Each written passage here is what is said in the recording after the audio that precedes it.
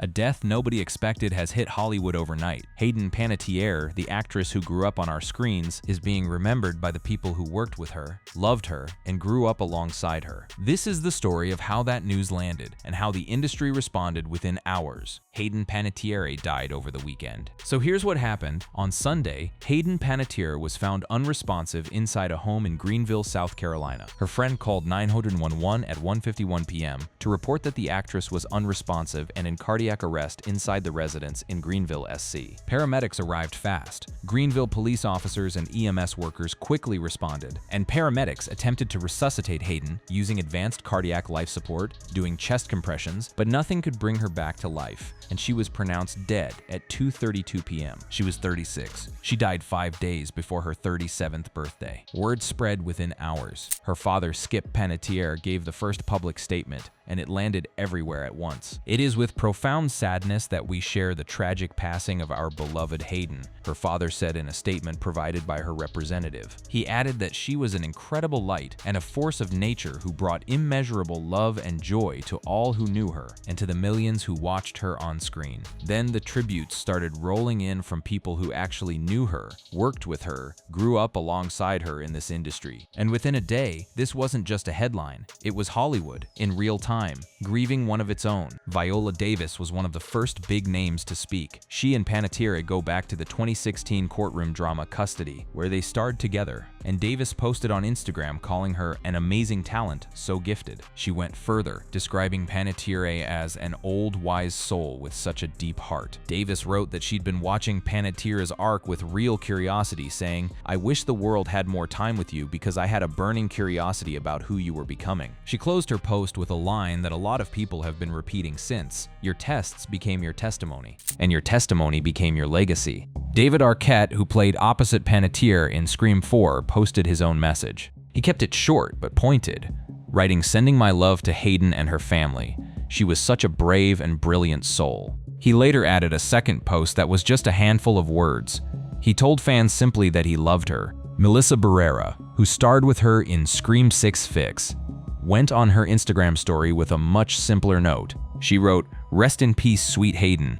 That's 3 big names from 3 different chapters of her career, all reacting within the same news cycle. And that's before you even get to the people who knew her the longest.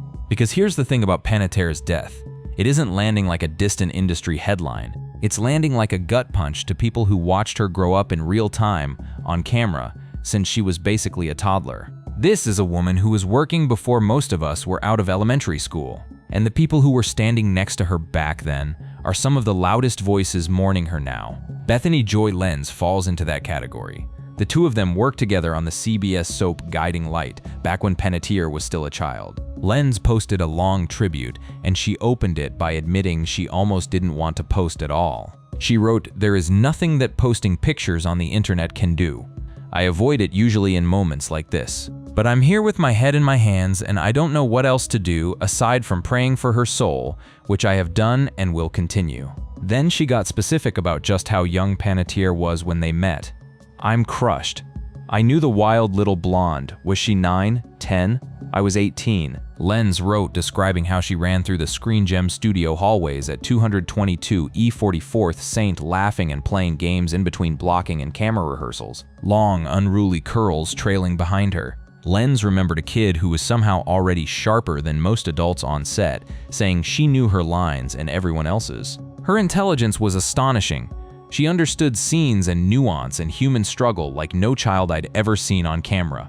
That's the picture forming in the first 24 hours. Not just sadness, disbelief.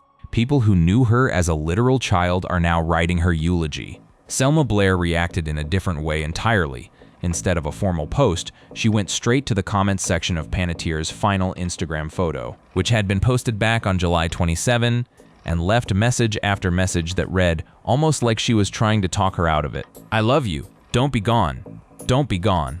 Please, please," Blair wrote. In a separate comment, she called Panettiere her whale-tail friend and said she couldn't process the news. By Monday morning, the list of people speaking out had grown well past the people who worked directly with her. Jeremy Renner posted a short message online, writing simply, "Bless you and your family." Singer JoJo reacted on her Instagram story.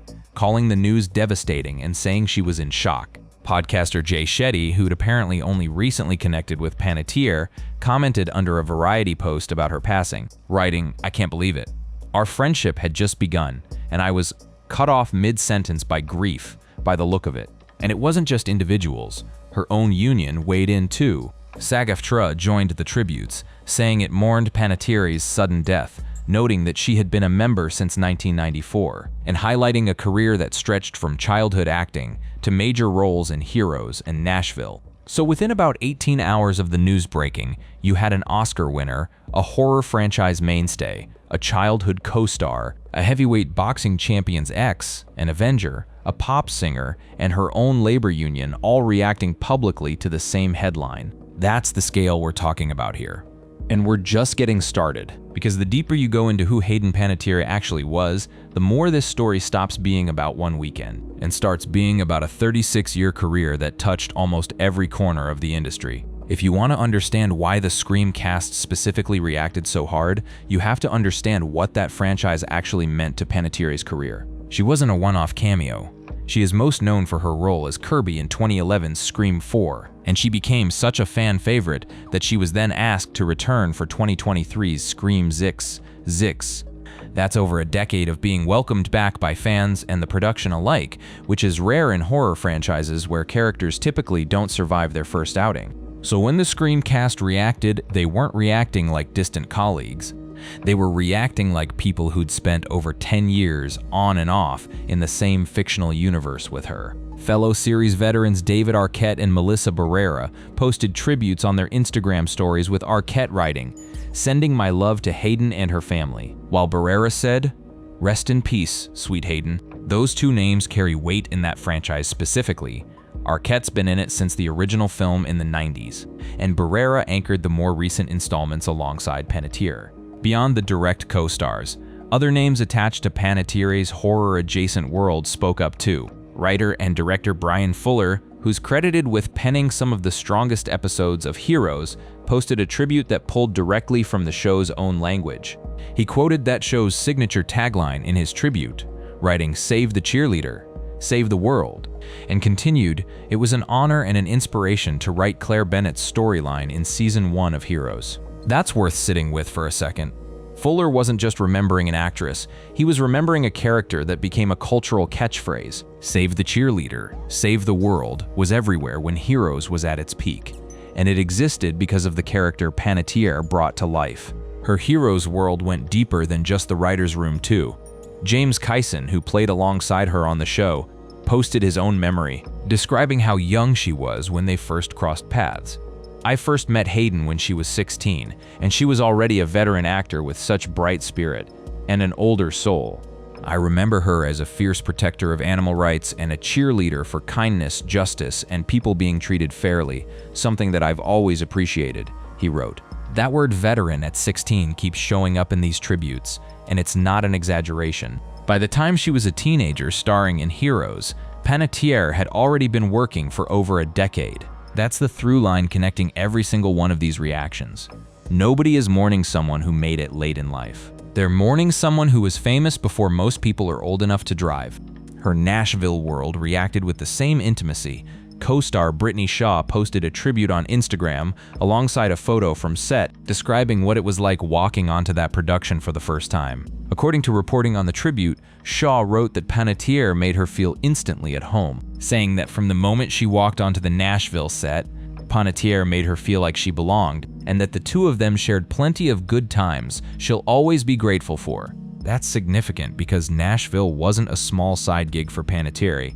It was arguably the show that proved she could carry a lead role as an adult, not just a breakout kid star. She earned 2 Golden Globe nominations for playing Juliette Barnes on Nashville, starring in 128 episodes from 2012 to 2018. 6 years on one show, that's not a guest arc.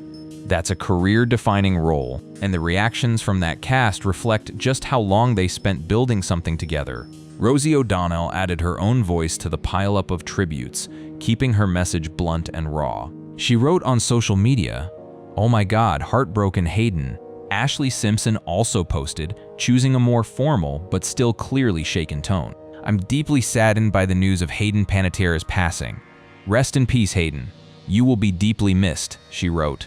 And then there's Chris Applebaum, who directed one of Panettiere's music videos alongside Sebastian Stan back in the early 2000s. A detail a lot of people forget, since Panettiere briefly had a music career too, before acting fully took over. He shared a memory of his last encounter with her, adding his name to a growing list of people whose paths crossed with hers across completely different corners of entertainment. Music videos, soap operas, network dramas, horror franchises, prestige film. That's really the story of this reaction wave.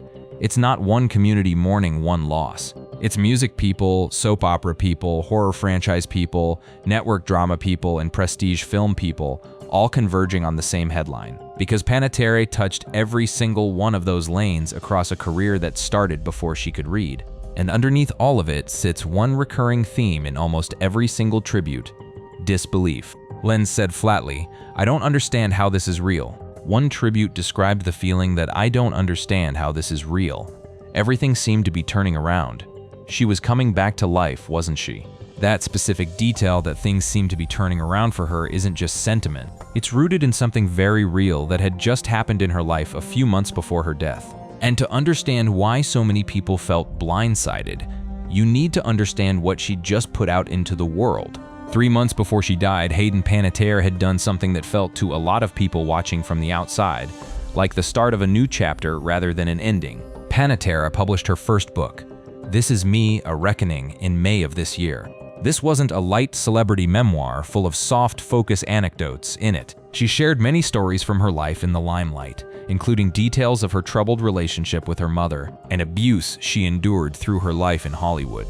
The book didn't tiptoe around the industry that made her famous. The actress had just released her memoir, This Is Me, which became a fast bestseller. The book has commanded headlines for its candid narrative, as Panettiere set out to torch the star grooming system that has a track record of chewing up child performers. When she sat down with press to promote it, she was careful about how she framed the people in her story. Talking about her approach to writing about painful relationships, she said, "I was fiercely protective of people in my writing. I felt very strongly about my ability to tell my stories and make them entertaining enough to put in a book without having to drag people through the mud." She also opened up about how blurred the line got between her real life and her most famous adult role. In her memoir, she also opened up about her struggles with Nashville, specifically how Juliet's storyline started to resemble her own personal strife, such as her character's postpartum depression and alcoholism. Think about that for a second. She was playing a character falling apart on camera while going through something similar off camera for years on a hit network show. That kind of overlap wasn't new for her. She'd talked about her struggles publicly before, well before the memoir. Back in 2022, she gave an interview reflecting on how her career shaped her relationship with substances from a young age. "They were to make me peppy during interviews," Panettiere told People in 2022. "I had no idea that this was not an appropriate thing, or what door that would open for me when it came to my addiction." She explained that the pressure only intensified as she got older, admitting, "As I got older, the drugs and alcohol became something I almost couldn't live without." She'd also spoken candidly in an ABC interview about the specific collision between new motherhood and addiction, saying, "I didn't know where the alcoholism was ending and the postpartum was beginning, and I ran myself pretty ragged." She described the period following her most famous TV role in blunt terms too, saying the years that followed had been difficult and that the years before were very difficult for me too, and I just needed a break. That break she referenced wasn't small. Panettiere stepped back from the public eye for stretches of time throughout her 20s and early 30s, and fans noticed the gaps. So when she came back with a memoir in May, framed as a genuine reckoning with everything, the industry, her family, her health, a lot of people, including the co-stars now mourning her, read it as a sign she was finally on the other side of the hardest parts. That's exactly why her death landed the way it did. It wasn't just sad. It felt like it arrived at the exact moment the narrative was supposed to bend upward. TMZ noted that the last time anyone publicly saw her before her death was at LaGuardia Airport in May with a friend ahead of her memoir release, keeping it mostly quiet through it all. No big reveals, no denials, just one very telling grin. There's also the matter of what wasn't in the headlines but was clearly on her mind. Sources close to her told TMZ that she recently had been complaining about back pain in the past year. Small detail, but it's part of the picture people are trying to piece together about her final months. A woman promoting a book about survival, dealing with lingering physical pain, and still, by all outside appearances, moving forward. And underneath all of that sat something she'd been carrying since 2023 that never really left her: the loss of her younger brother. To understand the full weight of what Hollywood is mourning right now, you have to go back to February 2023, because that's when Hayden Panettiere absorbed a loss that shaped nearly everything she said publicly afterward. Her younger brother, Hayden Panettiere, was an actor in his own right, appearing in projects like The Secrets of Jonathan Sperry, The Perfect Game, The Martial Arts Kid, and How High 2. He was 5 years younger than Hayden and had followed her into the business as a kid. Jansen died suddenly in February 2023 at just 28 years old. The cause was later revealed by the family to be related to. Reporting confirmed it stemmed from an enlarged heart and complications tied to his aortic valve.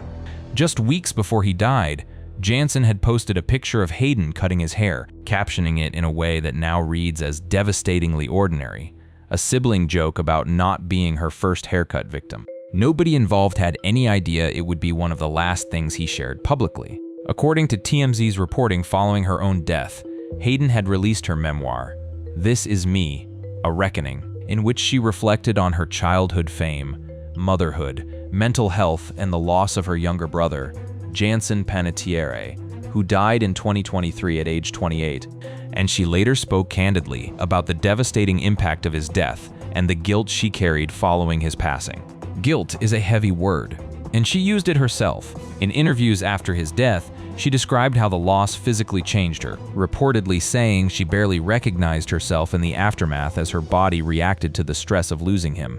That loss sat alongside another major thread in her personal life: her relationship with her daughter. She was involved in a relationship with Ukrainian champion heavyweight boxer Wladimir Klitschko from 2009-11 and 2013-18, and they had a daughter, Kaya, in 2014.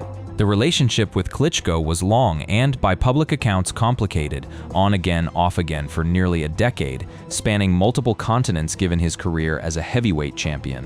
What made her openness so striking to people in the industry is that she didn't stop at talking about addiction or grief in the abstract. She spoke directly about the hardest decision tied to her daughter. Panettiere revealed this year that she struggled with postpartum depression and addiction, which she said led to her decision to give up custody of her daughter in 2018. That's an extraordinarily difficult thing for any parent to say publicly, let alone a famous one whose every word gets picked apart. But it fits the pattern of everything she did in that final memoir. She wasn't interested in a polished redemption story. She was laying out the actual mess in order on the page for anyone willing to read it. She'd also been candid in the years before about a relationship that made national headlines for reasons that had nothing to do with her career. Her on and off relationship with Brian Hickerson, which had involved public legal trouble years earlier. That relationship was still part of her life in her final days. She and her on-again, off-again boyfriend, Brian Hickerson, flew from Los Angeles to the South on Saturday, and Brian's family is aware of what happened. It's worth pausing on how much she'd chosen to reveal, given how protective she said she wanted to be of the people around her. Somebody who worked with her professionally in an advocacy capacity, DC statehood advocate Paul Strauss, also spoke out after her death, sharing a photo of the two of them and describing his own shock. He said he was devastated by her death, adding Hayden was a special person who always tried to use her platform for causes she believed in. Her advocacy to protect whales and for DC statehood were just some of the worthy causes she generously donated her time and energy to.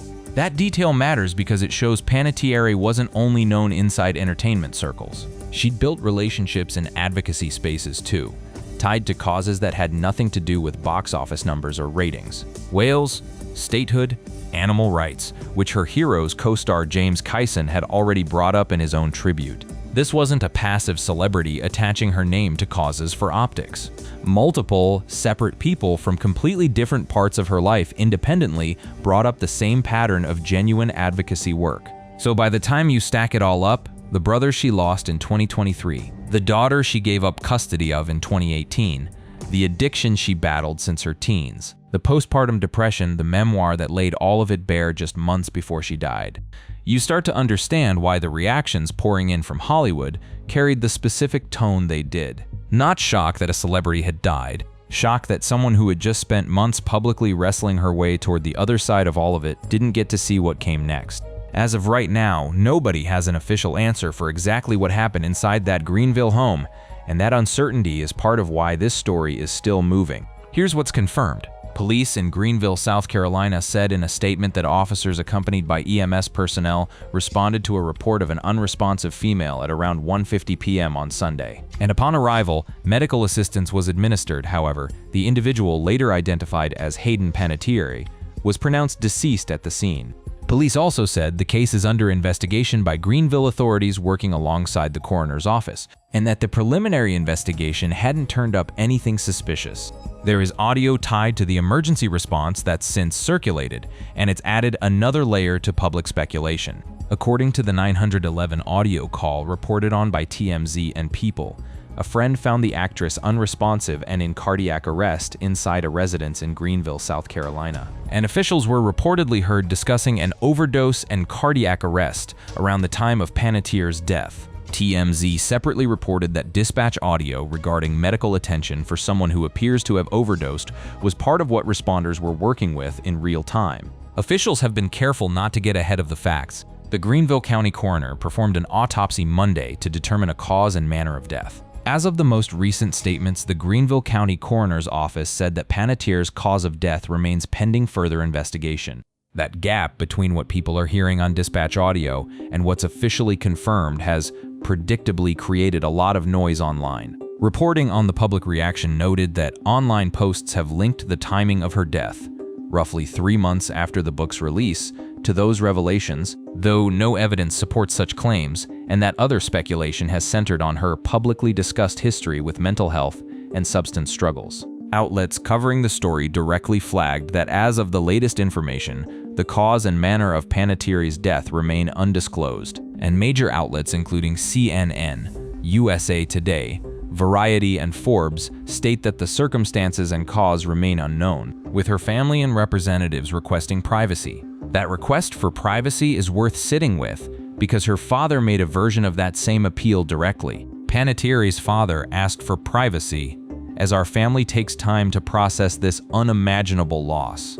Meanwhile, the tributes haven't slowed down. If anything, they've broadened out from personal grief into something closer to an industry reckoning. With how it treats the kids it puts in front of cameras, coverage following her death pointed out that the sad news continues to make the rounds with a mix of admiration for Panettiere's career and courage, along with stark reminders of the dark side of power structures in Hollywood, and that what she witnessed there is not unique, as similar patterns show up in politics, churches, universities, law enforcement, and anywhere else people can wield power over one another. That's the note her memoir struck back in May, and it's the note a lot of people are returning to now that she's gone, not because her death confirms any specific theory about the industry, but because her final act of public honesty was aimed directly at exposing how it operates. She spent her adult life trying to describe what it costs to grow up famous, and now the people who watched her grow up are the ones writing her eulogies. What's left is a career that stretched from before she could form full sentences